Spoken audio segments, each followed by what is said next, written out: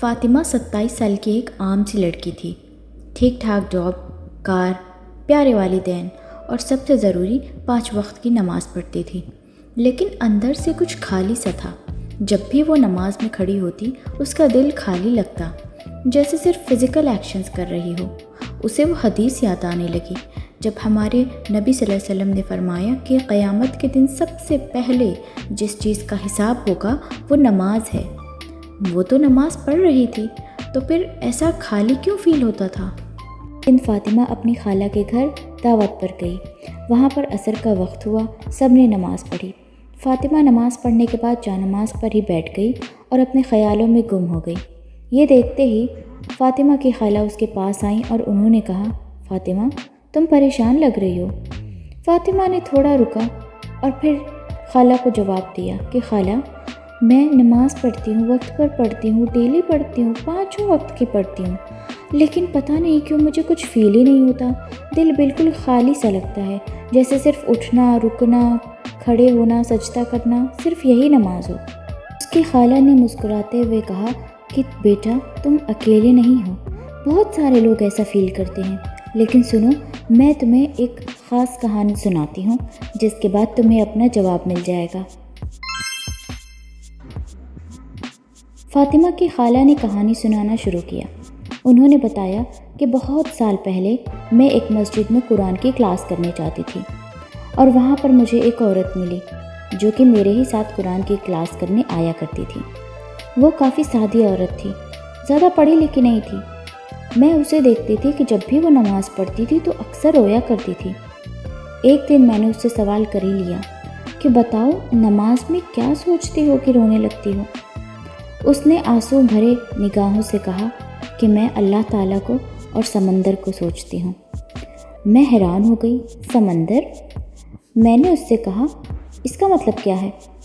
اس عورت نے فاطمہ کی خالہ سے کہا کہ فرض کرو کہ تم کسی ناؤ میں اکیلی ہو اور وہ ناؤ کالی رات میں سمندر کے طوفانوں کے بیچ گوتے کھا رہی ہے۔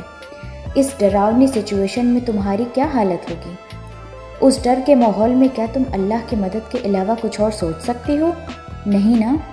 تو بس نماز پڑھتے وقت میں ایسا ہی سمجھتی ہوں کہ میں اس اندھیری اور طوفانی دنیا میں پھنسی ہوں اور نماز میری نجات کا ذریعہ ہے۔ فاطمہ کی خالہ نے کہا کہ یہ سن کر میں ہل گئی۔ نہ ان کے پاس کوئی اسلامک ڈگری تھی، نہ عربی جانتی تھی اور نہ ہی بہت زیادہ ذہنی اور ایجوکیٹڈ انسان تھی، لیکن اتنی ہائیلی انٹلیکچوئل بات انہوں نے مجھے بتائی کہ میں حیران رہ گئی۔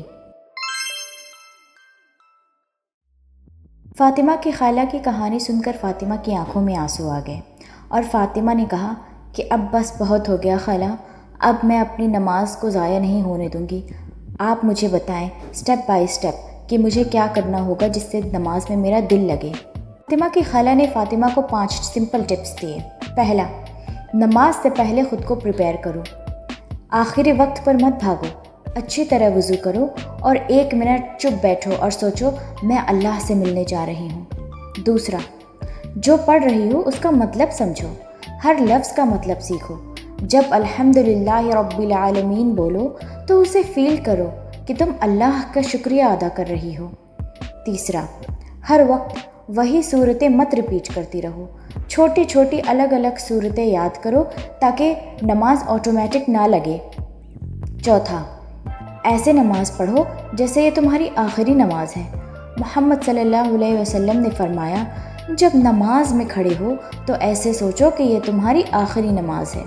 پانچواں، سجدے میں دعا کرو، اپنی لینگویج میں اللہ سے بات کرو، دل کی باتیں بات کرو، اللہ سن رہا ہے۔